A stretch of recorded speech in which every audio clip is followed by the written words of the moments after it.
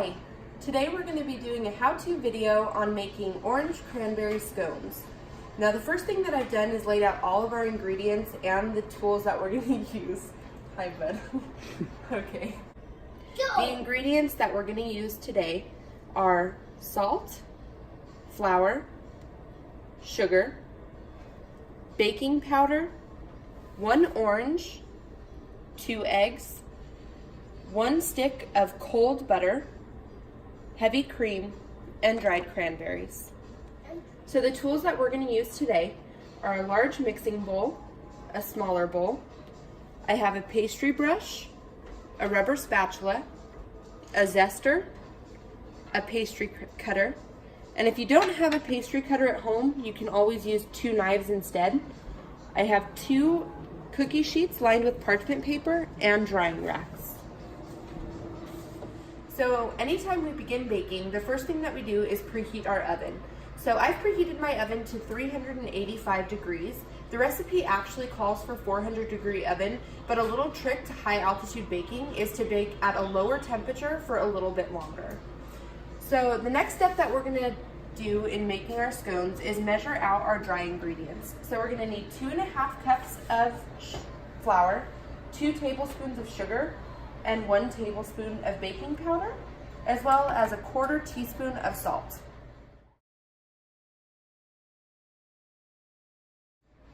Now that we have all of our dry ingredients measured and added to our bowl, the next step is to take the zest of 1 whole orange and zest it into the bowl.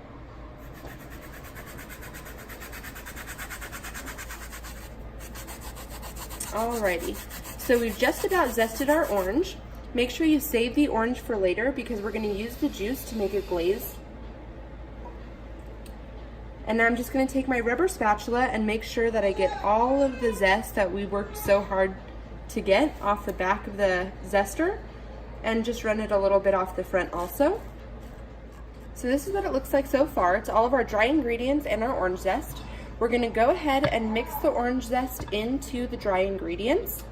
The next step that we're going to do is to take our 1 stick of butter out of the refrigerator, and we're going to cut it into small cubes before adding it to our dry mixture.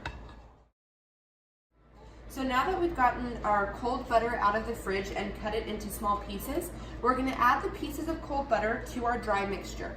Then we're going to use our pastry cutter, or if you don't have one, you can always use 2 knives, and we're going to mix the butter, the cold butter, into the dry flour until it forms pea-sized bits. And that's my baby in the background.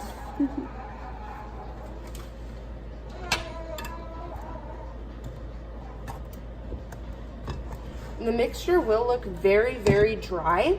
We have not yet added any of our wet ingredients, so we're really just looking to mix and cut up those pieces of butter into small pieces that are uniform throughout the dough. So this is what the mixture looks like after we've cut in the cold butter. You can see some of these smaller pieces. That's actually the butter that after it's been incorporated. So the next step that we're going to do is we're going to add our dried cranberries. Typically I don't measure these, I just add them until it looks like there's enough in the batter. So it's kind of just based on your opinion, however many cranberries you'd like in your scones.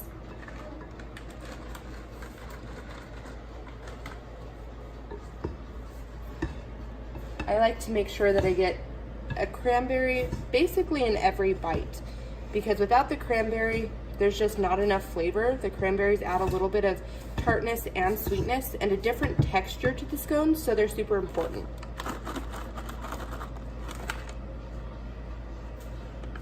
That looks about right. So now what we're going to do is we're just going to make a nice little well in our dry ingredients. We're going to get our wet ingredients together, and then they're going to go right in the center. So now I have my wet ingredients prepared. I have a bowl with 2 eggs in it, and I have my 1/2 cup of heavy cream. So I'm going to go ahead and start to lightly beat these eggs, and then I'll go ahead and add in the cream. You don't have to work too hard to get these overbeaten. You just want them incorporated with the cream. Now that our eggs are beaten with the cream, we're going to go ahead and add our wet ingredients to our dry. So here's all of our dry ingredients with the little well in the middle. We're gonna go ahead and pour our wet mixture into the middle. Make sure you scrape out all of the good stuff that we've got in here. And now we're gonna stir to combine. This batter is gonna look a little bit dry. It's supposed to be like that. It gives the scones a nice crumbly texture. So you really just wanna keep stirring these until most of that flour is moist. Like I said, it will look a little bit dry, it will look a little bit crumbly. We're actually gonna turn the dough out onto a floured surface and pull it together. So don't worry about overworking this dough too much. Now that we have our wet ingredients all incorporated into the dry, our dough should look something like this. Like I said, it's pretty dry and crumbly. That's exactly the texture that we're looking for. We don't want over wet scones, otherwise they'll be too moist and doughy inside. The next thing that we're gonna do is separate our dough into two halves. It doesn't have to be perfect, just kind of eyeball whatever you think half the dough is. That looks about right. So now we're gonna flour our work surface.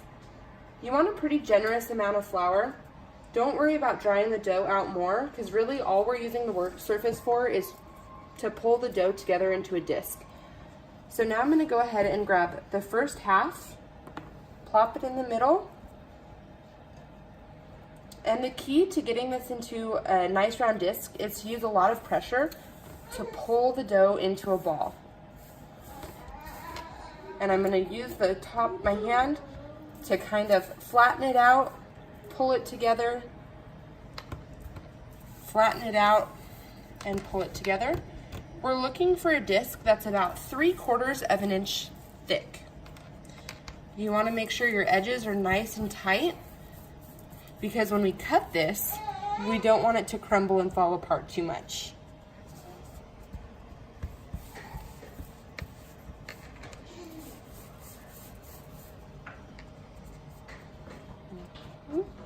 That looks just about right. All right. And the next step that we're gonna do is to cut this piece of dough into 8 pieces, and they'll look like little slice shapes. And that's my baby in the background. Go ahead and do that. Both babies.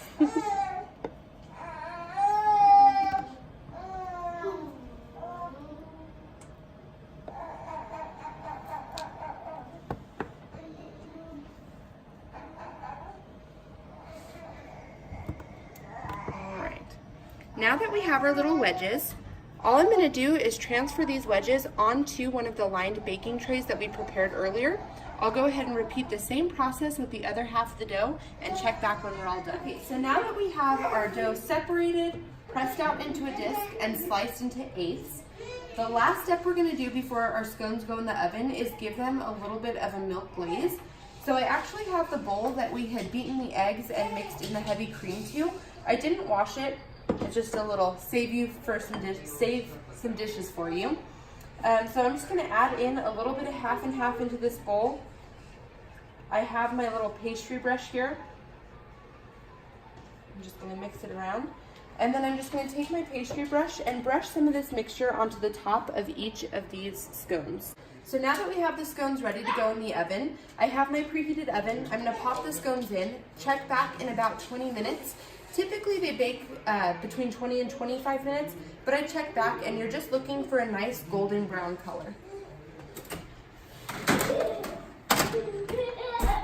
So it's been about 23 minutes. I've been checking them every minute since the 20-minute mark, and they're just about done. I'm gonna go ahead and pull them out. That's the perfect color. That's just what we're looking for. Now that they're out of the oven, it's important to get them off of the hot pan as quickly as possible. So I'm gonna go ahead and transfer both of them onto the drying rack that I have.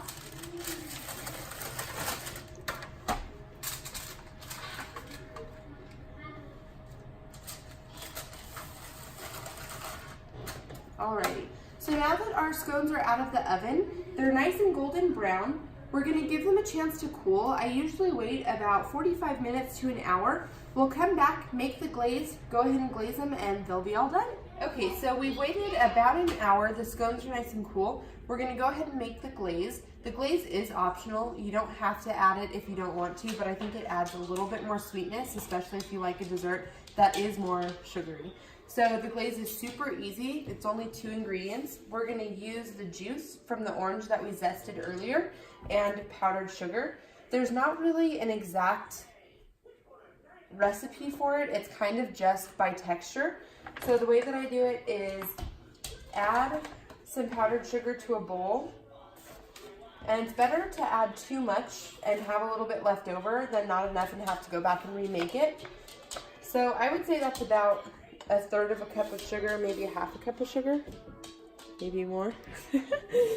And all I'm gonna do is squeeze in the orange juice and stir at the same time and keep adding orange juice until it's the right texture. I like it to just fall off the spoon so that I can drizzle it over the scones. Okay, so this is about the consistency that you're looking for. As it cools and dries, it will thicken up a little bit. And the easiest way to do this, you could pick the scones up and dip them in if you'd like to, but I like to drizzle it instead. So I'll do this with my left hand, I guess, so I can. Okay, so just get a bit on your spoon and just gently and nicely drizzle it over. Here is our finished product. We have 16 small-ish scones. They're all done. They have the glaze on them. We'll go ahead and open one up so that you can see the texture inside. My favorite part about these scones is how crumbly they are. So if we open it up, we can see how little bits and pieces are just kind of like falling out. The inside isn't wet, but it's not dry either, and that's exactly the texture that we're looking for. Okay, well, I hope that you enjoyed this video and this recipe. I hope you give it a try and you like the scones as much as we all do.